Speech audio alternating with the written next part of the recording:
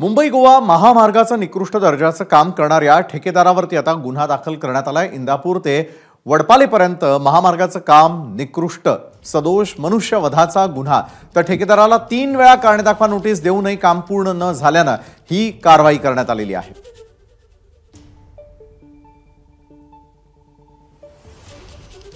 गणेश ठाकूर आपले प्रतिनिधी या संदर्भात अधिक माहिती आपल्यापर्यंत पोहोचवतायत। गणेश, खरं तर मुंबई गोवा महामार्गाचं निकृष्ट दर्जाचं काम आपण देखील अनेक वेळा दाखवलं आणि काय घडतंय तेही आपण पाहतोय, मात्र आता ठेकेदारावरती गुन्हा दाखल करण्यात आलेला आहे।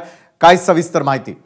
अगदी बरोबर विशाल, आपल्याला माहिती असेल की काही दिवसांपूर्वी मुख्यमंत्री महोदयांनी या महामार्गावर दौरा केला होता। सोबत रवींद्र चव्हाण मंत्री होते आणि त्याच वेळेला मुख्यमंत्री एकनाथ शिंदेंनी अशी माध्यमांसमोर घोषणा केली होती की या कामाच्या जबाबदारी ज्याच्यावर ज्या कॉन्ट्रॅक्टर आहे किंवा ही आजची परिस्थिती ज्या कॉन्ट्रॅक्टरमुळे आलेली आहे त्या सर्वांवर गुन्हा दाखल करण्यात येईल।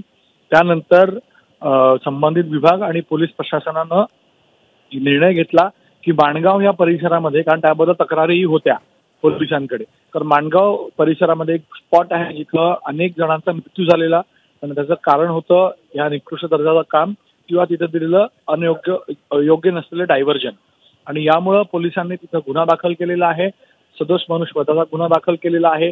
चेतक एंटरप्राइजेस असं एक जॉईंट व्हेंचर असलेली कंपनी आहे, कॉन्ट्रॅक्टर आहे, ज्यांच्या इथं कामाची जबाबदारी होती इथल्या कामाची, तर त्यांच्या विरुद्ध गुन्हा दाखल केला आणि संबंधित कारवाई करण्यात येणार आहे। याचबरोबर या महामार्गावरती इतर संबंधित पोलीस स्टेशन देखील अशा प्रकारे तपास करतायत आणि ते देखील अशा प्रकारे गुन्हा दाखल करणार आहेत। म्हणून हे म्हणजे असं या आधी कधीच झालं नव्हतं की कॉन्ट्रॅक्टरवर जबाबदारी त्याची ठरवून पोलिसांनी असे गुन्हे रजिस्टर केले आहेत। म्हणून हे केलं जात आहे आणि यावर अजून पुढील कारवाई पाहायला मिळणार आहे।